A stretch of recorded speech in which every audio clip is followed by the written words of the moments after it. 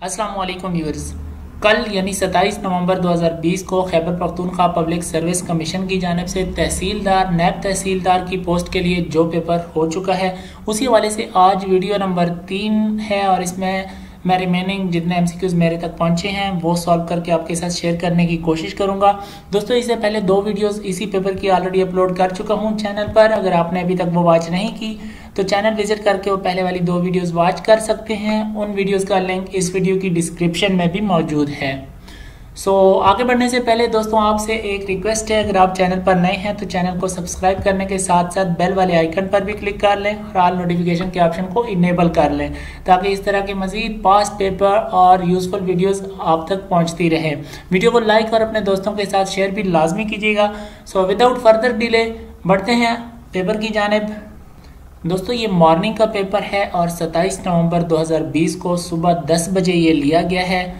Question की तरतीब आगे पीछे है लेकिन ये क्वेश्चन इस पेपर में आ चुके हैं। सॉल्व करते हैं क्वेश्चन नंबर 31 से। 31 है, Kathmandu is the capital of.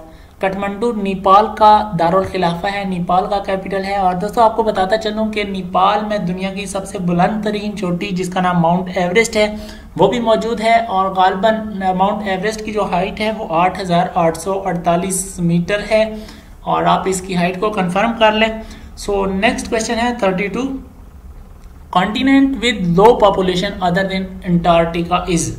दोस्तों, अंटार्कटिका वो कॉन्टिनेंट है जहां पर लाइफ पॉसिबल नहीं है। क्यों पॉसिबल नहीं है? इसमें दर्जा हरारत बहुत ही कम है और ये ठंडा तरीन कॉन्टिनेंट है जहां पर लाइफ पॉसिबल नहीं है। और इसके बाद जिसमें सबसे कम पॉपुलेशन है वो ऑस्ट्रेलिया का कॉन्टिनेंट है। Okay, question number 33, Seikan tunnel is famous for. दोस्तों, सिकान टनल जापान में मौजूद है और ये एक रेलवे टनल है जिसकी लेंथ 53.85 किलोमीटर है। और इसके मशहूर होने की वजह यह है कि एक तो ये डीपेस्ट रेलवे टनल है जो कि सतह समंदर से 140 मीटर बिलो है, नीचे है। और जो दूसरी इसकी वजह है ये लॉन्गेस्ट रेलवे टनल है। ओके, नेक्स्ट क्वेश्चन की जानिब बढ़ते हैं। Capital of Bolivia. दोस्तों, बोलिविया का कैपिटल लापाज है और बोलिविया सेंट्रल साउथ अमेरिका में एक कंट्री है। Okay, and the capital of Bolivia is La Paz. Question number 35 है, opposite meaning of spurious. Opposite meaning of spurious. दोस्तों, स्प्यूरियस कहते हैं जाली को, नकली को, और इसका जो अपोजिट यानी एंटोनियम होगा वो जेन्युइन होगा और जेन्युइन असली चीज को कहते हैं असल। 36 है, first man to step on moon. वो पहला शख्स जिसने चांद पर कदम रखा वो नील आर्मस्ट्रॉन्ग था और नील आर्मस्ट्रॉन्ग के साथ एक और शख्स भी था, एल्ड्रिन जो कि जिस स्पेस फ्लाइट में ये गए थे उसका ये क्या कहते हैं कि पायलट था एल्ड्रिन। ठीक हो गया। और अपोलो उस स्पेस फ्लाइट का नाम था जिसमें ये दोनों चांद पर गए थे। अपोलो फ्लाइट का नाम था स्पेस फ्लाइट का। और ये कब गए थे कि 20 जुलाई 1969 को, 20 जुलाई 1969। और ये 3 घंटे तक चांद की सतह पर मतलब इन्होंने वर्क किया था। Neil Armstrong was the first man to step on the moon और इसके हमरा एल्ड्रिन थे जो कि पायलट थे। 37 है, to bear in mind means. To bear in mind का मतलब होता है याद दहानी, मतलब किसी चीज को रिमेम्बर करना, याद करना। ओके, नेक्स्ट है जी 38, सिनोनिम ऑफ कोहेरेंस। कोहेरेंस दोस्तों कहते हैं हम आहंगी को, तसलसल को, या हम ये कह सकते हैं कि कनेक्शन को कहते हैं, और लॉजिकल इंटर कनेक्शन होता है, लॉजिकल इंटर कनेक्शन। इसका जो सिनोनियम यानी मुतरादिफ लफ्ज हमानी लफ्ज बनेगा वो कनेक्शन या लॉजिकल इंटर कनेक्शन होगा। नेक्स्ट क्वेश्चन है जी, meaning of callous. Meaning of callous या कैलियस जो भी प्रोनाउंसिएशन है जी उसकी मौजरत। अच्छा जी, इसका मायने है संगदिल। संगदिल जो कि पत्थर दिल होता है, जिसका दिल सख्त होता है उसका होता है, उसको कहते हैं कैलिस।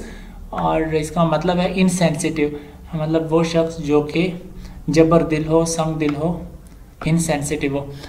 40 है जी, मीनिंग ऑफ फेलिसिटी। दोस्तों, फेलिसिटी कहते हैं राहत को, खुशी को, और सुख को, ठीक है। फेलिसिटी का मतलब है राहत, खुशी और सुख, और इसका जो सिनोनियम होगा हम्मानी, वो हैप्पीनेस होगा या जॉय होगा। 41 मीनिंग ऑफ ओडियस। मीनिंग ऑफ ओडियस दोस्तों, ओडियस कहते हैं नागवार को, काबिल नफरत को, वो चीज़ जिससे घिन आ जाए, जिससे मतलब वो नागवार गुजरे, बदसूरत भी हम कह सकते हैं। सो इसका जो मीनिंग बनेगा वो हेटफुल बनेगा, रिपल्सिव और डिस्कस्टिंग, ठीक है, नागवार चीज़ और काबिल नफरत। सो नेक्स्ट क्वेश्चन है जी meaning of appease. Meaning of appease दोस्तों, अपीज रफा करना, कम करना, काबू पाना किसी चीज़ पर। सो इसका जो सिनोनियम बनेगा हम मानी वो ओवरकम बनेगा। और इले का मतलब भी खात्मा होता है, किसी चीज़ का खात्मा, और ओवरकम मतलब हालात को काबू में, मतलब काबू में किसी चीज़ को करना। सो ये दोनों इसके सिनोनियम बनते हैं, ओवरकम और एले। नेक्स्ट है जी 43 meaning of morose. Meaning of morose, morose कहते हैं दोस्तों उदास शख्स को, जो कि परेशान हो, उदास हो और बेजार हो, तो ग्लूमी भी उदास को कहते हैं। ओके, सो नेक्स्ट है जी मीनिंग ऑफ एकम्पलिस। एकम्पलिस दोस्तों ऐसे शख्स को कहते हैं जो कि किसी मतलब दो कंपेनियन हैं, वो कोई जुर्म करते हैं, तो उसमें जो कंपेनियन को एकम्पलिस कहते हैं। Okay, a companion that involve in crime, ठीक हो गया, फ्रेंड इन्वॉल्व इन क्राइम, जुर्म का साथी, ठीक हो गया। Antonym of blatant. Antonym of blatant means, blatant दोस्तों कहते हैं खुलम खुला, वाजे, ठीक हो गया। तो इसका जो अपोजिट बनेगा वो साइलेंट बनेगा, क्वाइट बनेगा, खामोशी से, और क्वाइट भी खामोश। ओके, सो नेक्स्ट क्वेश्चन है 46 टू फ्लोग और डेड हॉर्स मीन्स। टू फ्लोग और डेड हॉर्स दोस्तों इडियम है, और इसका मतलब होता है ऐसी चीज़ पर अपनी एनर्जीज, ऐसी सिचुएशन, ऐसी जगह पे अपनी एनर्जी वेस्ट करना जो कि आप चेंज ना कर सकें, वो हालात, ऐसी सिचुएशन पर अपनी एनर्जी वेस्ट करना जो कि आप चेंज ना कर सकें लेकिन अपनी एनर्जी वेस्ट कर रहे हैं, ठीक हो गया। So waste energy on lost cause और a situation that can not be change, सही हो गया।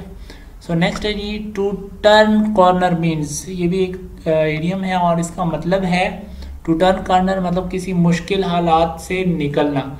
Okay, to get past the most difficult area और पीरियड, ठीक है, ऐसा मरहला जो कि मुश्किल हो और उसमें से निकल जाना, और इम्प्रूवमेंट की जानिब मतलब स्टेप लेना, ठीक हो गया, इम्प्रूव होना किसी चीज़ का।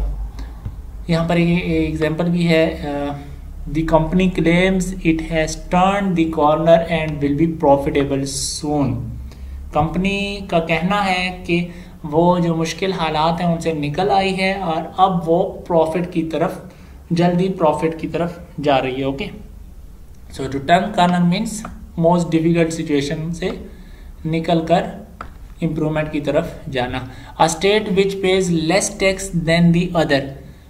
दोस्तों इसका आंसर मुझे नहीं मिल सका, सो अगर आपको मिल जाए ढूंढिएगा और कमेंट बॉक्स में फिर बता दीजिएगा। सो दोस्तों ये थे क्वेश्चन जो मेरे पास अभी तक पहुंचे थे।